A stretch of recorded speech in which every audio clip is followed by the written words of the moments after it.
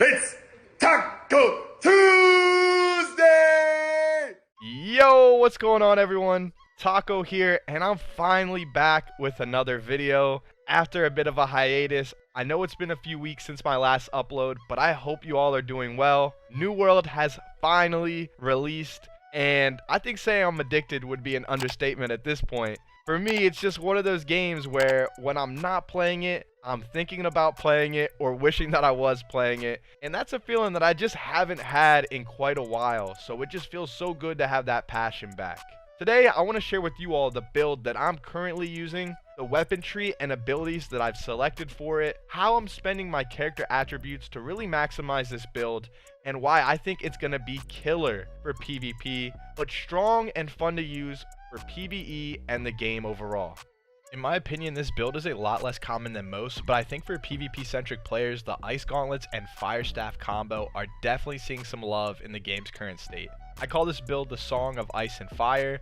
My Game of Thrones fans will understand that reference, but others may call this a pure mage build or a battle mage build.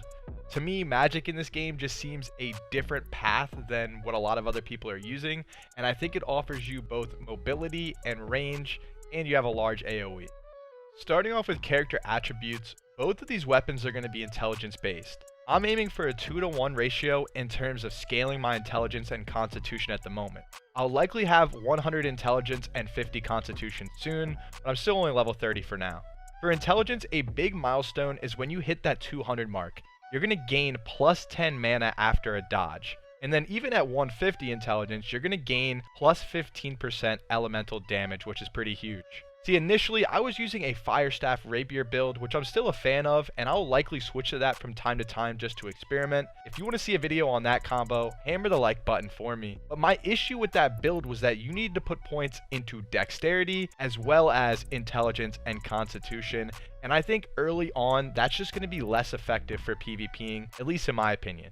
I won't go into great detail in terms of armor, but for me, I'm rocking light armor. That way I have the quick roll rather than having the hop that you get from medium armor.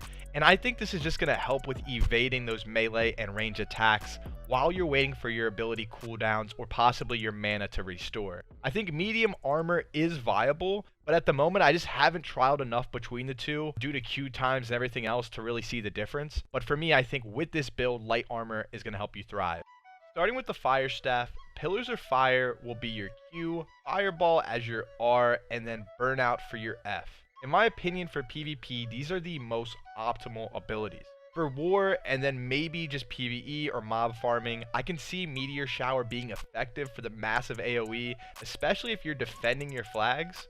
Incinerate is another viable option that I've seen others use. If I was using the Rapier, I think I'd be more inclined to use Incinerate and drop Burnout. But Burnout is really going to give you that bailout dash to me that is super important. Pillars of Fire is going to be a casted spell of damage in a fairly small to medium area. Now when you level this fully, you're going to gain 10% of your max mana per enemy hit, which is pretty important. Fireball is the big hitter in terms of weapon damage, and then the burn effect that lasts for up to 6 seconds is really going to hit your enemies hard. Now if you max this, a direct hit will also lead to additional mana restore. And I was surprised when using this too because they actually have a decent range to them, but the impact is really the big thing here. Burnout is the final ability, being your dash or dodge. Now I haven't even leveled this all the way, but that third perk is huge because it's going to give you 50% farther distance. You'll be able to boost your way out of a tough spot and cause burn damage to any enemies in your path while dodging.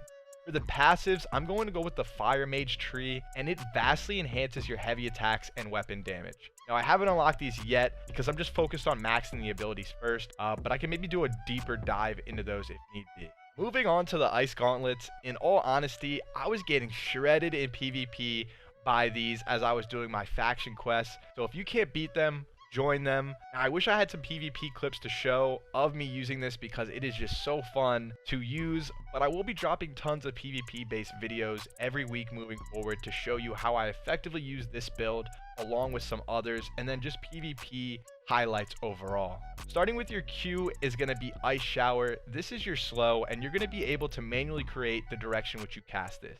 Enemies are initially rooted and then they're slowed by 50%. The length of that slow can increase as you continue to upgrade.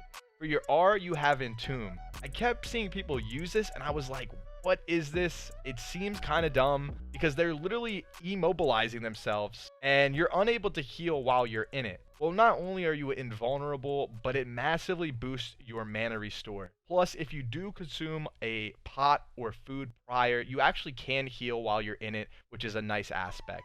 But the mana restore is huge for early on and low level.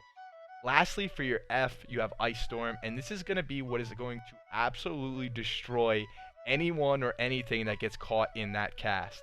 The area for this is rather large, and when you combine this with your Q, you'll be able to slow and massively damage enemies.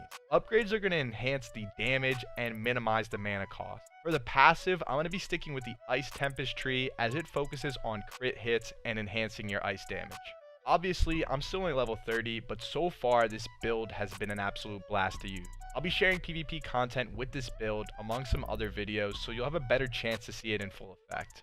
I think medium to long range distance casting is where this build's going to thrive, and for my RS players, the slow and then the Ice Storm with the Ice Gauntlets reminds me of ice barraging kids in the wild.